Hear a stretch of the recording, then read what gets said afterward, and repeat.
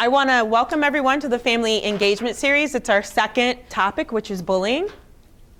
The mission and value of the ESC is committed to providing innovative programming and quality services to support and promote student achievement in all aspects of our educational communities within our region and state.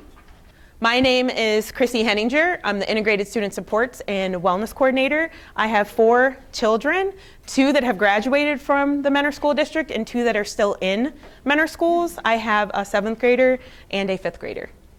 So we have a parking lot that's located in the back. If you have any questions, you can fill it out. We already put the Post-it notes on top of the parking lot, and we will either try to answer them today, or if you leave your email, we'll answer them in an email to you. Today's learning objectives. So for my part of the session, we're going to talk about understanding what constitutes bullying, different kinds of bullying, and what the school's responsibilities are. 2, understand what parent-guardian role is. Learn how to recognize signs of bullying, why students bully, and how to talk to our students about bullying. Understand why students do not talk about or tell anyone about being bullied, and learn what an action plan is and what it entails. So how is bullying defined? This seems to be one of the, I think, most asked questions, no matter what webinar or anything that I attend. This happens to be the one question parents, families, and students want to know. So bullying is when someone aggressively uses their power to target another individual with repeated, unwanted words or actions, hurting them physically and or emotionally. The behavior is aggressive, unwanted. There is real or perceived imbalance of power, which is used to control or harm others, and the behavior is repeated or has the potential to be repeated. So what are the different types of bullying? There's physical, which is fighting, hitting, or name-calling. There's emotional, which is social interactions such as gossiping or leaving someone out of something or not inviting them to a party on purpose. Bullying can also happen in person or through technology on digital devices like phones, tablets, computers, social media, or gaming. And cyberbullying, which I just want to touch on a little bit. So the definition of cyberbullying, sometimes called online bullying, vary from source to source, and they include the following. It's willful, it's repeated, the harm, the target must perceive that harm was inflicted, it's on a computer, cell phone, and other electronic devices, and that's what differentiates cyberbullying from regular bullying. And so here's a big question is what's the difference between conflict versus bullying? Because sometimes this is confused. So everybody has disagreements, right? So a conflict is a disagreement or argument in which both sides express their views. There's equal power between those involved. It generally stops and change behavior when they realize it's hurting someone. But the difference between that and bullying is bullying, the goal is to hurt, harm, or humiliate. Person bullying has more power. They continue behavior even when they realize that it's hurting someone. So now we're understanding the school district's role and responsibilities. In your folders, I have the policy for Mentor Schools, all the board policy and what's in the student handbook. It's also located at the end of the slide in clickable links if you want to access it that way too. So another important concept of bullying besides what is the role of the district is understanding the parent-guardian role. So first, if you're a parent or guardian of someone who's bullied, someone who is bullying, or someone who is a bystander to bullying, what you really need to do is be proactive. That is the number one thing on this list to do. It's not sit and wait until it gets out of hand or it's been occurring for months, weeks, months, years. You need to be proactive. You want to document everything, where the bullying occurred, who was involved, what happened, and the dates of the incidents. Know the school policy for handling bullying. Report the bullying to the school. Reach out to the student's teacher, counselor, or person who handles reports of bullying. Include information on how bullying has impacted your child. Come up with an action plan, which we do have and we'll talk about later, and make sure that students feel comfortable with any action steps that are taken. With all of this, you really have to work with the student when you're creating an action plan because really they have the biggest say in the details of that action plan. Document all interactions with the school, who you talked with, summary of conversation, school's response, and any action steps taken and any follow-up needed. If bullying continues and is not being resolved, request an in-person meeting, what's happened so far, and what would you like to see happen, all with the goal of keeping your child safe at school. And here's some common myths to avoid. And as silly as this sounds, this is said like all the time by parents, grown-ups, anybody. Myths. Children and youth who are bullied will almost always tell an adult. Absolutely inaccurate. They will not tell an adult for the most part. They keep it private. Bullying is easy to recognize. It is not easy to recognize. There are tons of students who don't even realize that their friends are bullying them because they're not taking it that way. They don't really understand it because they don't really know what bullying is. Ignoring bullying will make it go away. Definitely it won't. Bullying is the same as arguing. Bullying is a little different than arguing. Bullying is a natural part of childhood. It is not a natural part of childhood. Everybody has a right to feel safe. Words will never hurt you. Bullying will make kids tougher. Telling a teacher about bullying is tattling. That is a huge one. If you talk to elementary students right now, a lot of them will tell you they are not going to tattle. Verbatim, that would be their word. Or they're not snitches. That's another word that they use. Boys will be boys. Girls don't bully.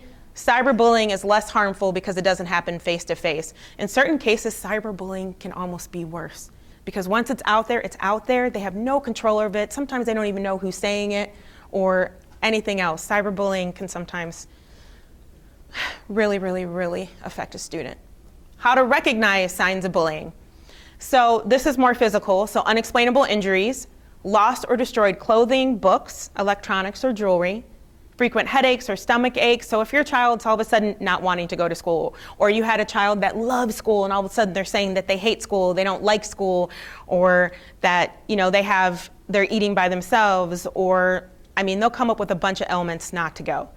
Difficulty sleeping or frequent nightmares, declining grades, loss of interest in schoolwork, sudden loss of friends or avoidance of social situations, a feeling of helplessness, or decreased self-esteem. And I think that's a real important one. If you have a student who's like a leader who you've just always, they're so positive and all of a sudden all they're doing is talking down on themselves, that should be a red flag for you that something is going on somewhere. And you might want to ask them what's going on. Self-destructive behaviors such as running away from home, harming themselves, or talking about suicide. That's a huge one. And by the time it gets to that, it's been going on for a very long time, which we're going to go back up to where it says you got to be proactive. And sometimes it's hard. We're all busy parents, right? We're all busy. But sometimes we have to take a step back and try to notice little subtle changes. So now that we know all of that, how do you talk to your student about bullying? So if your child is bullied, parents should be able to listen, believe, be supportive, and be patient. And the reason I included believe, a lot of the times a student will say that they're bullied and parents will just say, oh, that's a normal thing. Remember that list of myths? That comes into play here. Or they'll blow it off and they'll say, oh, that's just your friend, don't worry about it, just go to school. Or, oh, you didn't get invited to this party for whatever reason. So you want to make sure that you're doing all four of these things when you're talking to your student so that your student is open and engaged to express how they're feeling to you. And you want to make sure that you listen and let them tell their story. Not what you're saying is going on, but just listen actively and then be patient. They might not be willing to talk to you right away and you might get little bits and pieces and you just have to learn to back away until they're ready to tell you the rest of the story. And so for all children, you want to provide information. A great way to avoid bullying or to help a child who's actually a bystander to bullying or the person who's being bullied is to provide information. So educating our students or your child about bullying at a level that they'll understand. Make sure to explain who can potentially be involved. The target, the student who bullies, and a witness or bystander and what that role entails. And explore options for intervention strategies. So you can talk about options with your child to deal with bullying behavior. And does bullying happen more often than adults think? For sure, absolutely. Research shows that 57% of children who are bullied do not notify an adult at school or an adult at home, making these subtle but hurtful behaviors even harder to detect. And right there, if you look at the second one down, bullying happens mostly online. Understanding why students do not tell anyone about bullying. So this came from students who were questioned on why they weren't saying why they were bullied, and it's too personal. The student does not want their parent guardian to worry. The student thinks that they will get punished. The student thinks that their parent guardian will go crazy. Their words. The student does not think that their parent guardian will understand. The student is not a snitch. The student is scared. The student does not believe that an adult will get it. and they do not think that anyone will listen. And that was a big one. When I read that, I actually felt so sad inside. They do not think that anyone will listen, because we're all here to listen, but I think when we're talking to them, we really got to let them speak. Well, I think they say too, like I've heard kids say, well, it'll make it worse. Yes. If I tell somebody, it'll make it worse. Yes. And I think that there's going to be like a repercussion. Or that their parents will go and say something. And at the end of the day, I know that we want to say something as parents, but we really have to try to be behind and advocate for our student to advocate for themselves. They're going to feel more comfortable with the decision if they're the one who's speaking about it. So the more education we give them and the more time that we spend listening, the better. Why is it important for adults to get involved? If students could stop bullying on their own, they would. Bullying can make kids feel powerless. They need to know someone is here for them. Even if they're pushing you away, just be there for them. Kids see adults as role models, and kids will follow their example. Adults set the rules, so adults need to be the ones who enforce them. And here's a few questions that you can ask your child about bullying. Always open-ended questions. Those are the questions you want to lead with. An example is, how was your bus ride today? Have you ever seen anyone being mean to someone else on the bus?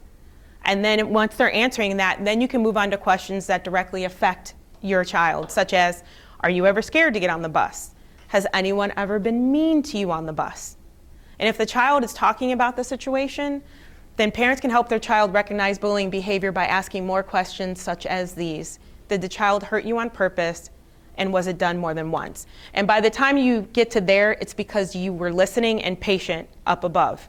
If your child is ready to talk to you about there, then they trust you at that point. It's not that they don't trust you any other way, but this is really hard to talk about.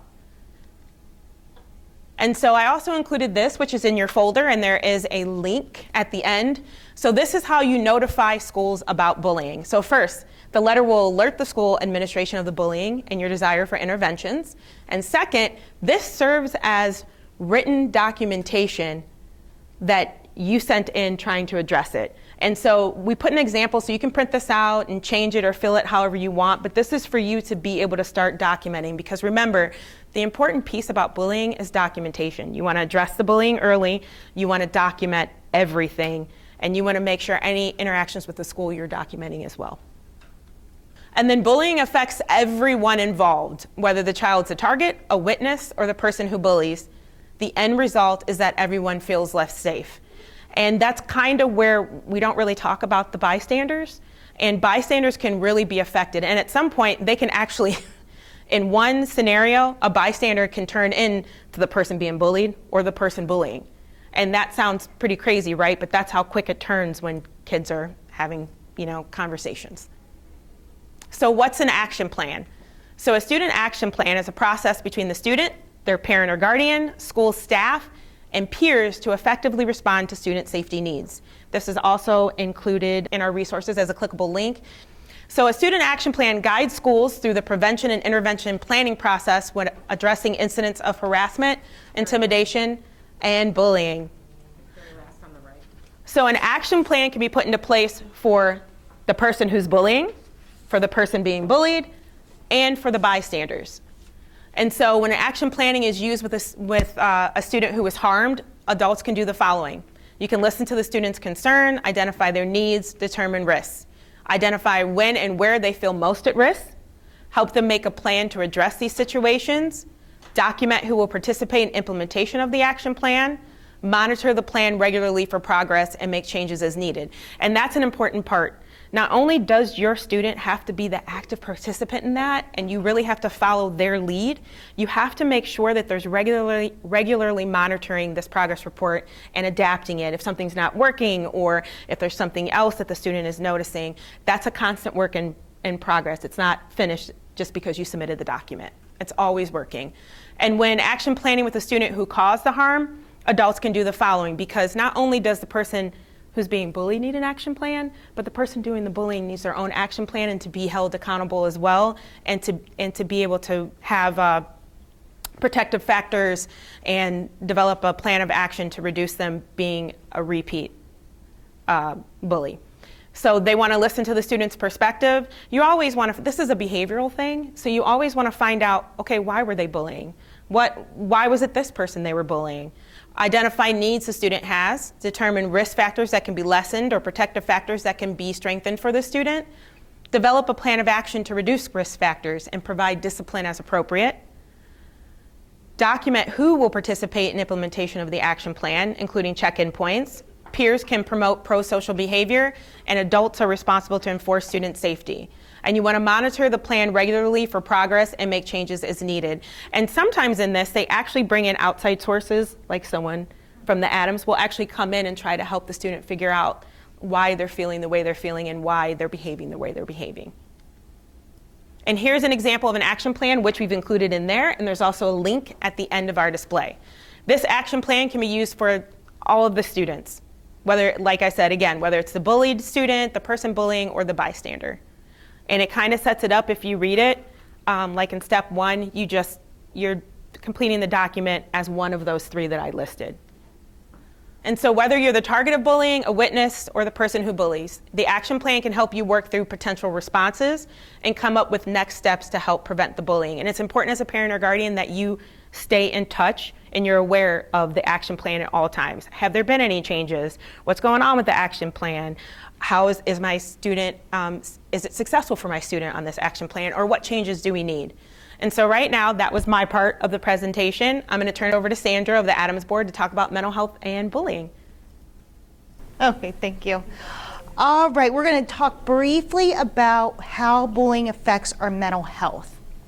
But before I do that, just to make sure everyone knows and everyone there, we are the ADAMHS board. ADAMHS stands for Alcohol, Drug Addiction, Mental Health Services. There's one of us in every county throughout Ohio. We evaluate, fund, facilitate, and monitor behavioral health services. So we aren't the ones providing treatment. We are investing local dollars, federal dollars, state dollars, funds into local agencies to provide treatment options for folks. All right, so let's talk about bullying and how it affects everyone's mental health. It causes stress, depression, anxiety, loneliness, strain on physical health, and kids get lower grades when bullying is involved. But I want to focus on 2 things, on 2 disorders with this, is depression and anxiety. But I want to say that these are both mental health disorders that are treatable, okay? Just because someone has depression or anxiety does not mean they are not a productive person. They can be temporary, or they can be ongoing, but the point is that they are treatable illnesses, and they are nothing to be ashamed of. And something others shouldn't judge others on. All right, so symptoms of depression, which a lot of these we know, right? But sleep issues, when we're talking about kiddos, sleeping too much, sleeping too little, agitation or aggression, especially in males. A large study came out in 2019 saying that 70% of males, their number 1 depression symptom was aggression. So that's not, it doesn't always look like hopelessness, right? It could be difficulty concentrating or making decisions in school even, okay? And sometimes, not always, but sometimes thoughts of suicide. And then we have anxiety disorders. This is the most common mental health disorder throughout the United States and actually throughout the world.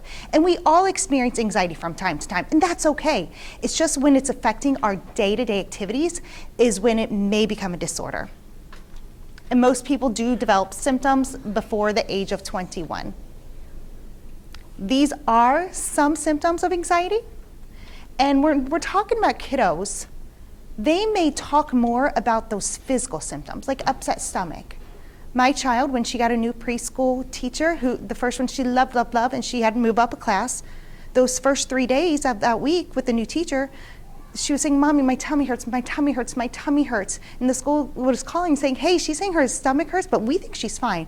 And I knew right away, oh, she's nervous because she's in this new classroom and she left this beloved teacher. So, I did pick her up early because I do have sick time that I can use, and I want to be a caring, nurturing mother and helping her acknowledge that your tummy's hurting because you're upset, and that's okay. It will go away.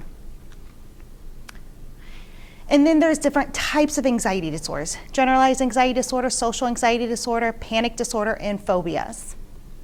And then trauma, okay? Trauma is an emotional, psychological, or physical response to a distressing event. This can occur after being bullied once. There's complex trauma, which is experiencing ongoing trauma. And so if you are a victim of bullying ongoing, you can experience complex trauma. And then there's vicarious trauma. That's experiencing trauma from witnessing a distressing event. So again, you can be that bystander and experience vicarious trauma by witnessing another child being bullied. All right, so let's talk about those who are doing the bullying. These antisocial behaviors are more likely to be developed by children who bully others, okay? So we want to intervene early. When a child is being a bully, we want to intervene early and help them, like what Chrissy was saying, the action plan, okay? Because we know if we don't, in the future, they're more likely to lack empathy. They have a disregard for consequences. The harassment can continue. They become aggressive, they can be destructive. Lack of self-regulation, right? These behaviors tend to develop in adolescence, so again, we can treat this early on and help that child. Also, the person doing the bullying, it leads to lowering grades and increase in substance use disorder in the future. Those being bullied. I think we can all agree, and goes without saying, that those kids who are being bullied increases anxiety, depression, isolation. And what Chrissy was saying is, kids don't feel comfortable going to adults because they feel isolated, that they're not going to understand. And that decreases connections to other peers and other adults, even if it's a trusted adult. Shame, a lot of shame is involved. Loss of self-confidence. It reduces the ability to cope with stress. And all this can add up, potentially, to suicidal feelings. And then those watching, again, increase of anxiety, depression, isolation, and shame. Because even if I'm not the person being bullied, what Chrissy said before, I can easily turn into that bully in that moment, or I can be the one being bullied. And if I'm scared to go to school because I've witnessed bullying, I can start to isolate myself, again, from others, whether it be other peers or other adults. I can feel a lot of shame because maybe I could have helped out someone, but I didn't know how to because then I was too afraid. I'm too anxious to go to school because, again, I'm afraid of what might happen. So, and the thing is with kids, you know, their full brain isn't developed all the way, right? Not until the early to mid-20s, our brains are actually developed. And as a child, and I don't know if y'all can think back to, I'm thinking back to a time even in high school, I was just humiliated. And you think back to a time that you were very upset in high school, whether your parents embarrassed you, a peer, a teacher, etc. You didn't get your work done in time. That feeling was overwhelming, and you could not imagine that the next day you won't feel that way. You won't feel that shame, you won't feel that hurt and being upset. As a kid, you can't imagine, like, okay, in 15 minutes, I'm no longer gonna feel this anxiety. Tomorrow, I'm gonna wake up and my head's gonna be a little clearer, like we can as adults. Kids can't do that, which makes it so much harder. And I just wanna add on with that cyberbullying. When I was growing up, we didn't have the internet. So if something upsetting happened to me at school, I could go home, shut it out. I might have some lingering thoughts and whatnot, but usually my mind continues on, and I learned ways to cope. But with online and kids with their tablets, computers, and phones, that bullying continues until they fall asleep at night because they can continue to read it and they have access to that bullying. When before, we could just shut it off when we left the school, right? But not happening that way anymore. But real quick too, we need to address and acknowledge how the kids are feeling. We need to teach them how to identify what they're feeling. We need to teach them, say, hey, if you're feeling anxiety, that's okay. Thank you. Thank you so much for telling me. Now let's work on how we can solve this. People think that, oh, it's making someone soft. It's like, no, you're not making someone soft. You're just teaching them this is how you're feeling, and this is how to cope, and here are tools. And you can learn that as a parent, what those tools can be, and help your child so they can face more adverse situations. So the next time they feel upset, they feel anxiety, they're like, okay, I felt this before, and this is what I did. I was taught to breathe a certain way, or I was taught I could do X, Y, and Z, and that made me feel better, right? It makes our kiddos stronger when they can acknowledge what their anxiety is or what it's stemming from, those negative emotions. Mental health is a vital component of wellness. So let me just close on that, right? We keep thinking that mental health is over here and physical health is over here. No, one body, one brain, we are one person, right? So when we are affected physically, a lot of times it affects our mental health. Think of a time that you maybe had a major surgery, you had a serious illness, and you lost a sense of independence. You couldn't do things that you usually enjoy that you can do, right? It affects your mental health. And vice versa. If there was a time you're going through something upsetting, your physical health can start to fail you. We know that our immune system goes bad when we're very upset, when we're stressed out.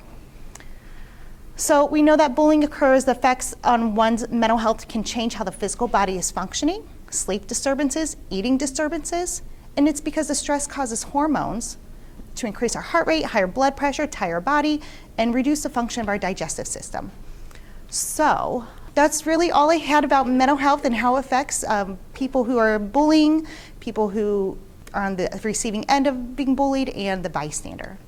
So, hi everyone. My name is Tricia Zeedrich. I am the Family Support and Engagement Coordinator at Mentor Schools, and I'm so grateful for Chrissy inviting me to be a part of this. You know, we've talked a lot this evening about how difficult bullying can be for our students. But gosh, it's hard for us as parents when our kids are going through that, whether it's our child is, on the receiving end of bullying behavior, or our child is engaging in bullying behavior or witnessing that bullying behavior. It's so difficult for us as parents or caregivers, and so part of the reason that I'm here really is to just make sure that you all know that I'm here really to provide an extra layer of support for us as parents and caregivers. When people say, wow, that's a long title, what is Family Support and Engagement Coordinator? I always tell families that really my role is to support them in just about any way that they might need. So that might be helping them to navigate a school system, or helping them to figure out, next steps, or, solve a problem, those kinds of things. Finding resources for themselves or for their child, but really it's anything. I always say if I'm not the right person, I usually can connect someone with the person who might be able to help them, and so really I'm just here to lend a hand. The other question that I often get, in addition to what does that even mean, is why support and engagement?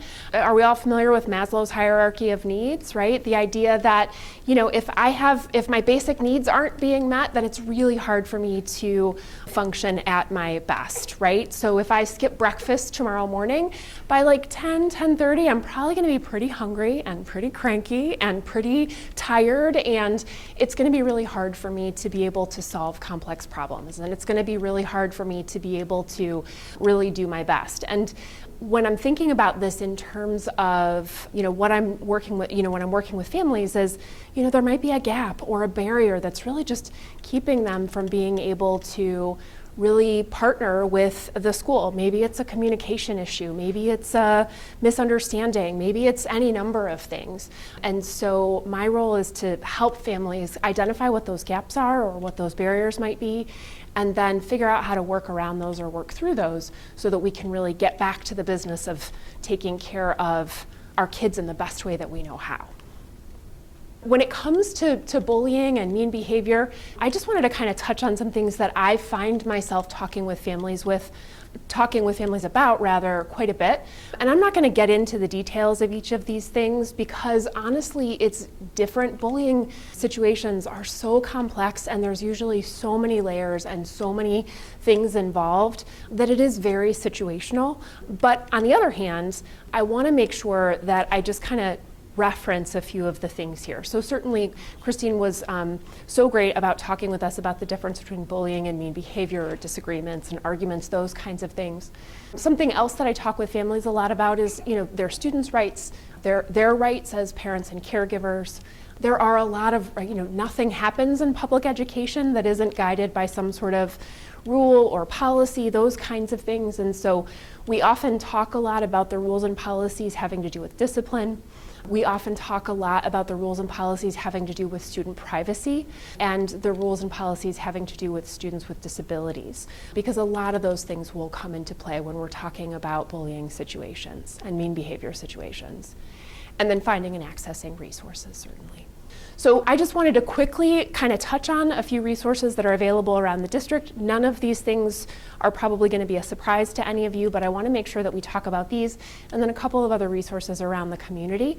But really, the long and short of why I'm here really is to just say I'm here to lend some extra support. If there's anything that I can do, please, please, please reach out anytime.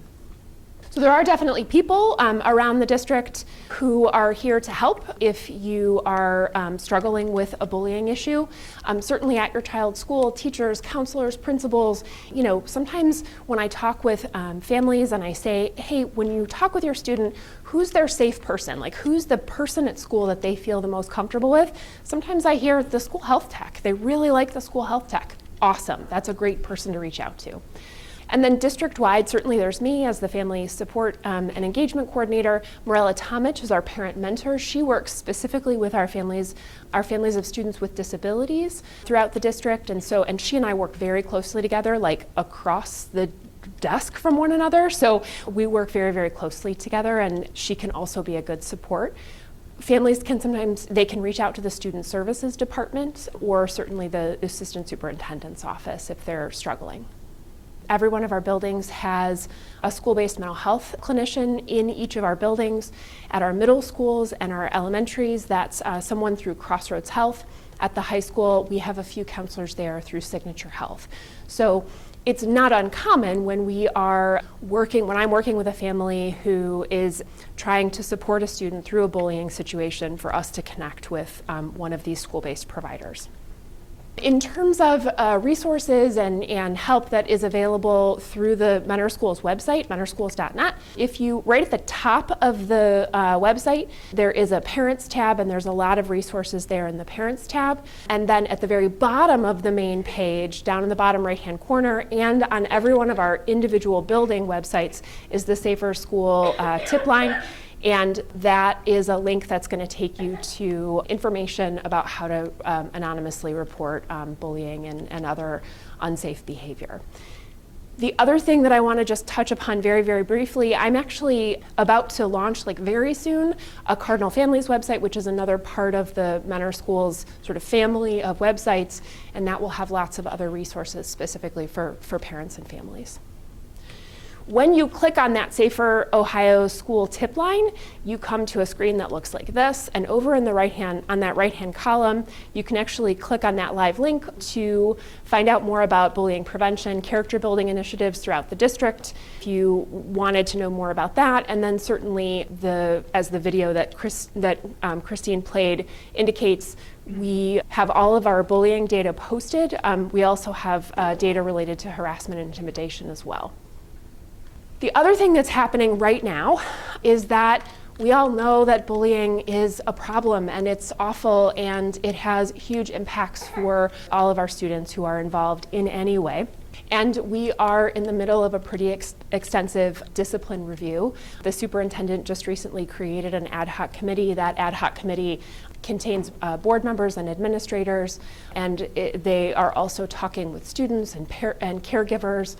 They're doing a really big sort of discipline deep dive to have a better understanding of what's happening, but in addition, a better understanding of what meaningful change might look like. So things like, initiating and improving and maintaining action plans, those kinds of things are all things that are important considerations. And so that's happening right now. Other resources outside of the district, certainly crisis care information, which I think we've all touched on at this point, but if you are hearing your child talk about suicide or self-harm or anything like that, please reach out to the Lake County Crisis and Suicide Intervention Hotline through the ADAMHS board. There's also the national number there. There are certainly a number of wonderful mental health clinicians around the community, lots of private clinicians and small agencies, those kinds of things. In terms of our community mental health providers, Crossroads Health, Signature Health, Family Pride of Northeast Ohio, they're located in, I think Chardon, right? Geauga County. But I work with lots of families who, in our area who are working with Family Pride and have lovely things to say. Lake Geauga Recovery Centers, if there are substance use disorder issues. And then if you're having trouble navigating the process of finding the right clinician and connecting with the right clinician, the ADAMHS board has a wonderful resource in the Compass Line. And so families can reach out to the Compass Line and help kind of navigate that process. And then, so in terms of family and parenting support, so there's a few things that are happening around the district that I wanted to point out, and then a couple of other things. Certainly, again, school staff can always help if you're struggling, you think something's going on. You know, I have a 16-year-old son, and sometimes trying to figure out what's happening at school every day is challenging. And so, you know, if it feels like something's going on, you're noticing some of those other changes that we were talking about, sleep disturbances, you know, they're eating differently, they just seem down. You know, certainly you can always reach out to school staff to help with some of that, district staff. We also have some support programming throughout the district. Cardinal Cafes happen every month. Every other month are with Mr. Heath, and the Cardinal Cafe that's coming up in March is going to be focused around school safety, and a part of that conversation is going to be this discipline and bullying behavior. So that's an important thing to keep in mind. And then I host, on the months that Mr. Heath is not hosting a Cardinal Cafe, I host Family ABCs, which really is just an opportunity for families to kind of drop in and talk with me individually or with one another about, you know, concerns that might be going on, or resources, tips, tricks, you know, anything like that. So I would encourage families to drop into that if they want to connect with me or connect with one another, for sure. And then our Cardinal Circles program is another opportunity for families to just connect with one another. You know, I said I have a 16-year-old, right? So I connect with families that, you know, might be participating in the same, whose kids might be participating in the same activities, those kinds of things. But I don't know a lot of families from another school that my son isn't attending, or so this is a way for families to kind of connect across buildings over, you know, similar interests or similar experiences, those kinds of things. Parenting and family support out in the community. NAMI of Lake County, we talked a little bit about mental illness. NAMI of Lake County is a wonderful organization that provides a variety of different support groups for families. They also have a family support specialist program, which can be really, really helpful if a family is navigating the mental health system for their child and needs that extra layer of support. That can be a really helpful option. Crossroads Health offers Parenting with Love and Logic periodically, which can be a really, really helpful program for us as parents and caregivers. They also offer family counseling. And then Family Pride of Northeast Ohio offers the Positive Parenting Program. Again, another layer of support for us as families. Man, I'm talking fast. I apologize, everyone. And then family counseling. And then I included just a couple of off the beaten path kinds of online resources.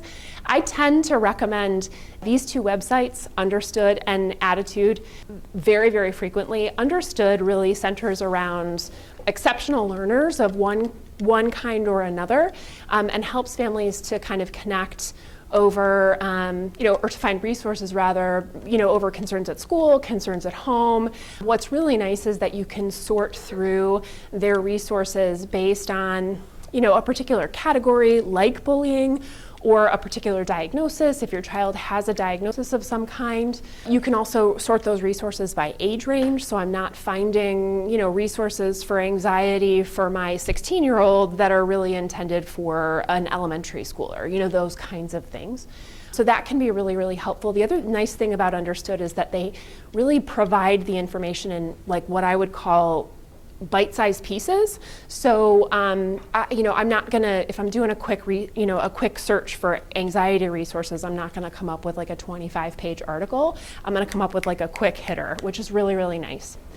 Attitude is really intended, as you might suspect from the way that it's written there. It began and really centers around ADHD diagnoses, but honestly, I find myself recommending certain articles, tips, tricks, those kinds of things from that website, even when families are not impacted by ADHD, because so much, if it works for a child with ADHD, the likelihood is it's probably going to be pretty helpful for a neurotypical child as well.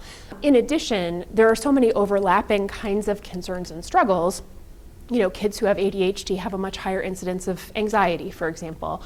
That impulsivity piece, those kinds of things. So there's a lot of really great articles, a lot of really great resources there, even if you're not impacted by ADHD. And then I have online support groups listed there with a little asterisk. There are definitely a ton of great online resources. Just be mindful that you're finding something that really is meeting your needs. There are great support groups and Facebook groups and those kinds of things. Just make sure it's meeting your needs, and that if you're getting advice from someone who is speaking from a point of expertise or lived experience, something like that, so that can be really helpful as well. The long and short of it, though, I'm just going to kind of jump back to this. We all need support sometimes. When our kids are struggling, it can feel incredibly overwhelming. You don't have to know what the right resource is. You don't have to know who the right person is to call. Just reach out to me. I'm happy to help you find, whatever the right resource is going to be, and kind of walk that journey with you for as long or as short a time as feels right for you. I just really want for you to walk away knowing that I'm here and I'm here to help. On behalf of the Educational Service Center of the Western Reserve, I want to thank Sandra and Tricia for attending and helping us out, and just all of your knowledge and expertise. It was a great presentation. I want to thank everyone in attendance and everyone at home who's going to be watching, and I hope everyone has a great rest of the day.